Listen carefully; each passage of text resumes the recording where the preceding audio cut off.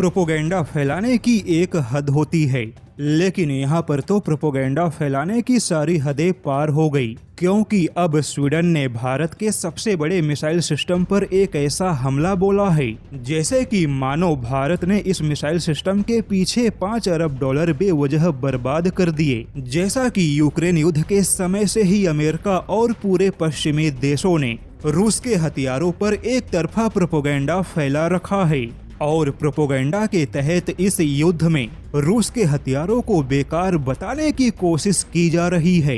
लेकिन रूस के हथियारों को बेकार बताने वाले यही अमेरिका, स्वीडन और ब्रिटेन भूल गए कि इसी युद्ध में इनके भी सारे हथियार, मिसाइल डिफेंस, टैंक या ड्रोन नष्ट हो गए। लेकिन अब तो स्वीडन ने भारत के S-400 मिसाइल डिफेंस के खरीदारी पर ही सवाल उठा दिया।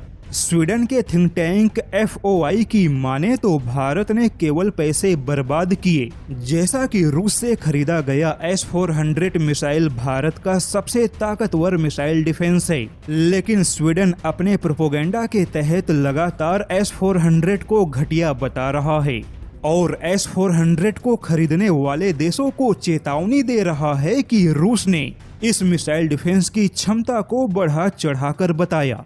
लेकिन चलिए आज आपको एक ऐसी सच्चाई बताते हैं जो पश्चिमी देशों ने कभी नहीं बताया। जैसे कि इसी S-400 ने यूक्रेन के 125 फाइटर जेट को मार गिराया। इसी S-400 ने तुर्की के बड़े ड्रोन हथियारों को युद्ध के मैदान से हटा दिया। इसी S-400 के डर से पश्चिमी देशों ने अपने फाइटर जेट अभी तक यूक्रेन को नहीं दिए।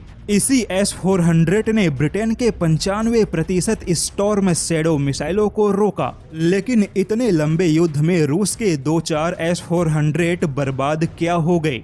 तो जैसे मानो कि इसी पर पूरी पश्चिमी मीडिया प्रोपोगेंडा फैलाने में जुट गया और इसमें भी रूस के 2 S-400 उस समय बर्बाद हुए जब वह मिसाइलों से खाली था, जबकि दुनिया में हर किसी को मालूम है कि कोई भी मिसाइल डिफेंस 100% नहीं होता। ऐसे में S-400 के क्षमता पर सवाल उठाना केवल एक दुष्प्रचार है।